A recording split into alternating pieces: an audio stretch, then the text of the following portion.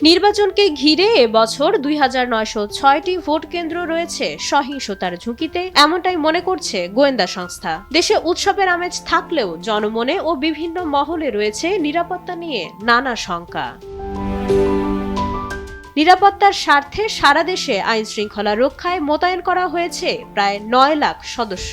এর মধ্যে সেনাবাহিনী ১ লাখ, পুলিশ ১,৮৭,৬০৩ এবং আনসার ও গ্রাম প্রতিরক্ষা বাহিনীর ৫,৭৬,৩১৪ জন সদস্য দায়িত্ব পালন করবেন। এছাড়া বিজিবি, র্যাব, কোস্টগার্ড ও নৌবাহিনী সহ অন্যান্য বাহিনীর সদস্যরাও মাঠে থাকছেন।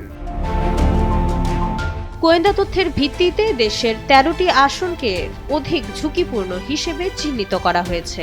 ঢাকা, পাবনা, খুলনা, পটুয়াখালী ও চট্টগ্রামের বেশ কিছু আসন এই তালিকায় রয়েছে। এছাড়াও মধ্যম ঝুঁকির মধ্যে রয়েছে আরও অনেকগুলো সংসদীয় আসন।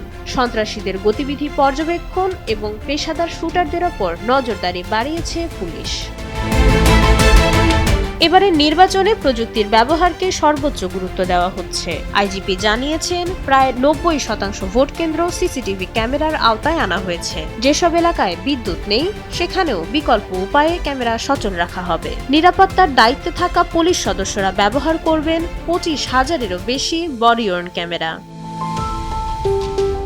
ঢাকা মহানগরীর ২,১৩১টি কেন্দ্রের মধ্যে ১,৬১৪টি কেন্দ্রকে গুরুত্বপূর্ণ হিসেবে চিহ্নিত করেছে ডিএমপি। দুর্গম এলাকার ৩৭টি কেন্দ্রে বাড়তি নিরাপত্তা বলয় তৈরি করা হয়েছে। যেকোনো জরুরি পরিস্থিতি মোকাবেলায় প্রস্তুত থাকছে সোয়াট, বোম ডিসপোজাল ইউনিট এবং ডগ স্কোয়াড।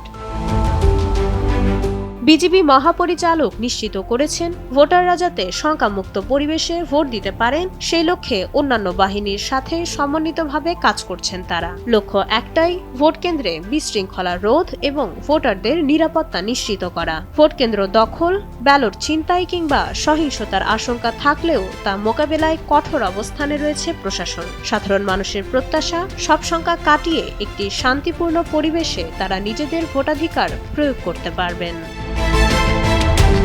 মাইশা মালিহা, সময়ের আলো।